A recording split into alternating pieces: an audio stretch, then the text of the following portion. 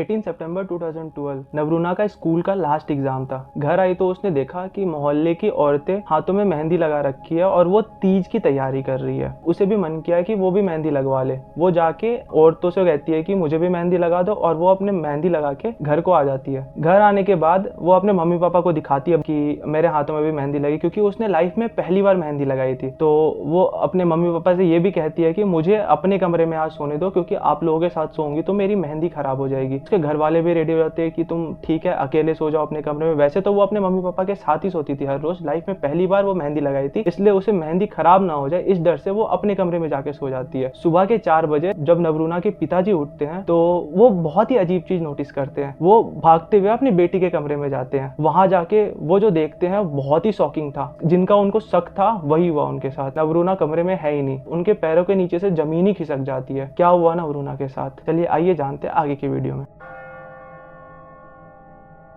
अतुल्य चक्रवर्ती और मायत्री चक्रवर्ती वैसे तो कोलकाता के रहने वाले थे, पर बिहार के मुजफ्फरपुर जिला में शिफ्ट हो गए थे और वहां के एक बहुत ही पॉश इलाके जवाहरलाल नगर में अपने पुराने पुश्तैनी बंगले में रहते थे। तो तुल्य जी फार्मास्यूटिकल कंपनी के एक रिप्रेजेंटेटिव थे और मायत्री जी हाउसवाइफ। उनके 2 बच्चे थे, एक नवरूपा जो कि दिल्ली में अपनी पढ़ाई कंप्लीट कर रही थी और दूसरी नवरूना जो कि मुजफ्फरपुर के ही सेंट जेवियर स्कूल से पढ़ाई कर रही थी। नवरूना बहुत ही ओपन माइंडेड लड़की थी। वो अपने पेरेंट्स का सारा बात मानती थी, बहुत ही इंटेलिजेंट लड़की थी। वैसे तो अपने दोस्तों के साथ बस वही खेलना कूदना, साइकिल चलाना और बुक्स पढ़ना, यही सब किया करती थी। तो वो क्लास 7th में थी और उसके उस टाइम पे हाफ ईयरली चल रहे थे। एग्जाम्स उसके खत्म होने के बाद जो वो घर आती है तो वो देखती है कि उनके मोहल्ले की औरतें जो है वो हाथों में मेहंदी लगा के तीज की तैयारी कर रही है। तो वो जाके एक आंटी से कहती है कि आंटी मुझे भी मेहंदी लगा लो, मैंने भी आज तक कभी नहीं लगाया। आंटी भी मेहंदी लगा देती है और उसके बाद वो मेहंदी लगा के अपने घर चली जाती है। फिर वो घर जाके बहुत ही एक्साइटेड रहती है और क्योंकि उसने पहली बार मेहंदी लगाई थी तो वो ये डिसाइड करती है कि वो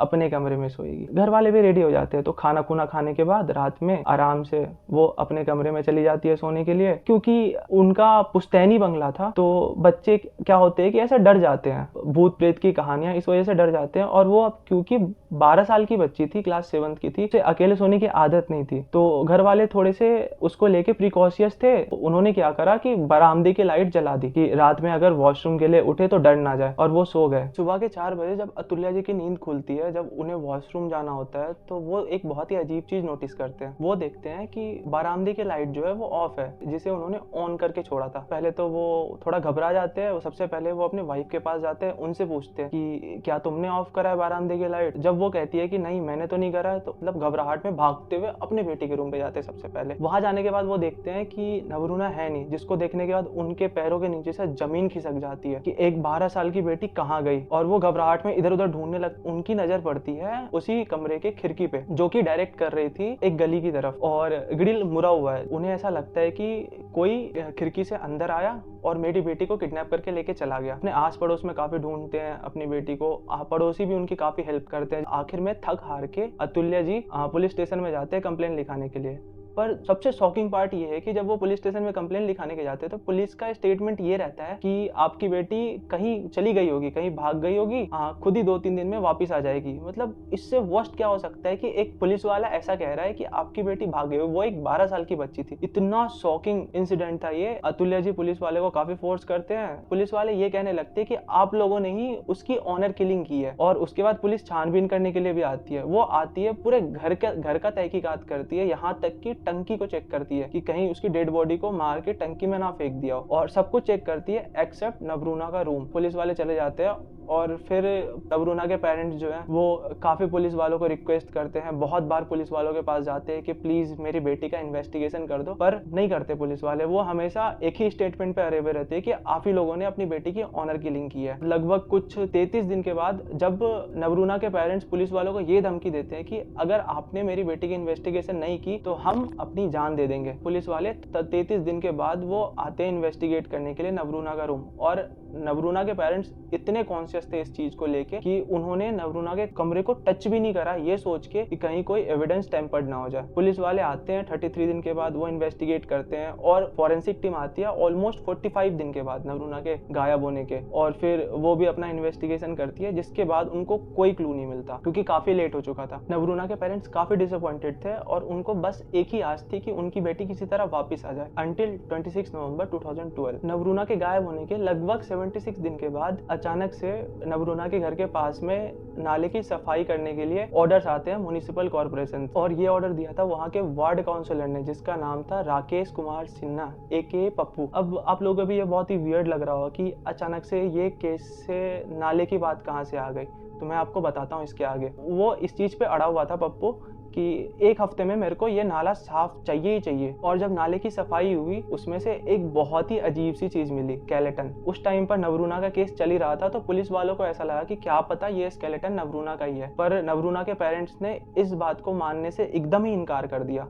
उन्होंने कहा कि ये स्केलेटन मेरी बेटी का नहीं है, और पुलिस वालों को ये कंफर्म करने के लिए नवरूना के पेरेंट्स का डीएनए चाहिए ही चाहिए था। लेकिन नवरूना के पेरेंट्स ने कह दिया कि हम डीएनए बिल्कुल ही नहीं देंगे। केस आगे जाने ही नहीं लगा। लगभग 2 साल बीत गए। पुलिस से सीआईडी को ट्रांसफर हुआ, सीआईडी के बाद सीबीआई को भी ट्रांसफर हो गया, और नवरूना के पेरेंट्स इस बात पे अड़े हुए थे कि ये केस जब तक सीबीआई इन्वेस्टिगेट नहीं करेगी तब तक हम डीएनए नहीं देंगे। तो जब ये केस सीबीआई के पास गया तो सीबीआई ने इस केस को लेने से मना कर दिया बिल्कुल ही। उन्होंने कहा कि मेरे पास वैसे ही काफी हाई प्रोफाइल केसेस पड़े हुए हैं जिसका प्रेशर ऊपर से आ रहा है, तो हम ये केस को सॉल्व नहीं कर पाएंगे। अतुल्य जी के जानकार एक आदमी ने सुप्रीम कोर्ट में एक पिटीशन फाइल की कि इस केस को सीबीआई हैंडल करे। सीबीआई को इस केस पे जांच करनी ही पड़ी। तो जब सीबीआई इस केस के गेम में आई पूरा का पूरा, अतुल्य जी और माइत्री जी ने अपना डीएनए दिया और फोरेंसिक की रिपोर्ट के हिसाब से वो डीएनए उस स्केलेटन से मैच कर गया। तो इसके बाद अब ये केस सिर्फ किडनैपिंग का नहीं रह गया था, अब ये केस मर्डर का रह गया था। 2014 से ये केस चला 2020 तक, जिसमें सीबीआई को कोई भी ठोस सबूत नहीं मिला। जिसके बाद उन लोगों ने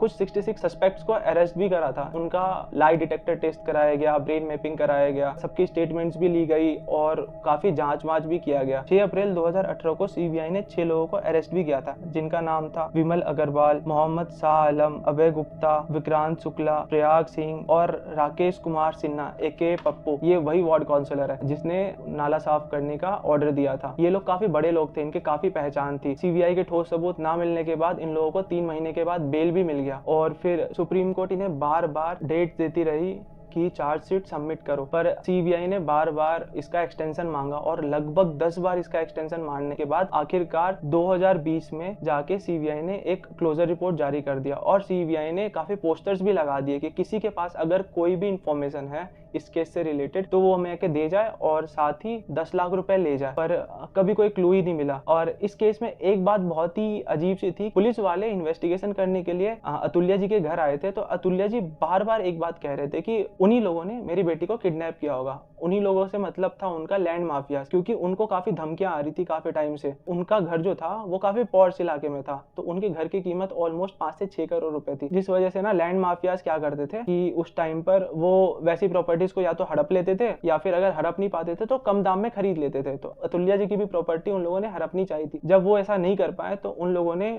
उनको एक ऑफर दिया कि आप ये प्रॉपर्टी हमें बेच दो, जिसके बाद अतुल्य जी ने उसे साफ मना कर दिया था। वो लैंड माफियाज उन्हें काफी धमकाते डराते, यहाँ तक कि उनके घर पे भी आ जाते, कभी रास्ते में मिलते तो भी धमकाते और उन्हें कहते अगर तुम ये नहीं करोगे तो तुम्हें जान से मार देंगे, तुम्हारे घर वालों को उठा लेंगे। अतुल्य जी का शक था कि कहीं वो लैंड माफियाज ही इसके पीछे तो नहीं है, पर पुलिस के कानों में जू तक नहीं रहेंगी। वो लोग पूरे के पूरे टाइम इसी बात पे अड़े रहे कि आप ही ने अपनी बेटी की ऑनर किलिंग की है और अब आप इस केस को डाइवर्ट करने के लिए शायद लैंड माफियाज का नाम ले रहे हो। मतलब कितनी शॉकिंग बात है। हमारी पुलिस, जिसे एक आम जनता की सेवा के लिए रिक्रूट किया जाता है, उनका काम ही है लोगों की सेवा करना, वो ऐसी बातें कर रहे हैं, कह रहे कि लैंड माफियाज ने ऐसा कुछ नहीं किया है, आपने खुद ही ऑनर किलिंग किया है। मतलब वो इन्वेस्टिगेशन भी नहीं की। और अतुल्य जी का अभी भी यही कहना है कि अगर उस टाइम पे पुलिस उनकी बात मान के ढंग से इन्वेस्टिगेशन करती तो उनकी बेटी अभी जिंदा होती, क्या पता उनके साथ। आपको क्या लगता है यहाँ पे कौन गिल्टी है? पुलिस गिल्टी है या फिर नवरूना के पेरेंट्स गिल्टी है या फिर खुद नवरूना? जो भी आपको लगता है आप अपना ओपिनियन कमेंट सेक्शन में जरूर देना। और अगर ऐसी वीडियोस और देखनी है आपको तो मेरे चैनल को सब्सक्राइब करो और एक लाइक दबा देना अगर आपको स्टोरी पसंद आई।